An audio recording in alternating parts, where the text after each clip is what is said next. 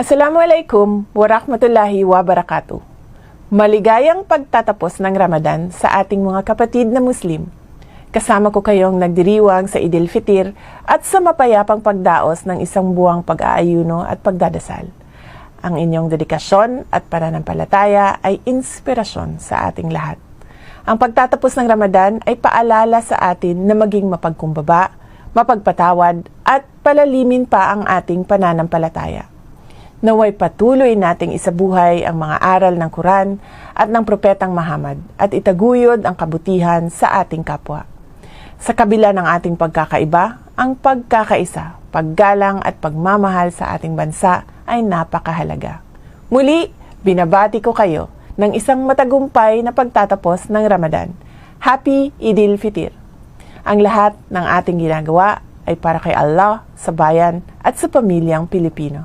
Syukran.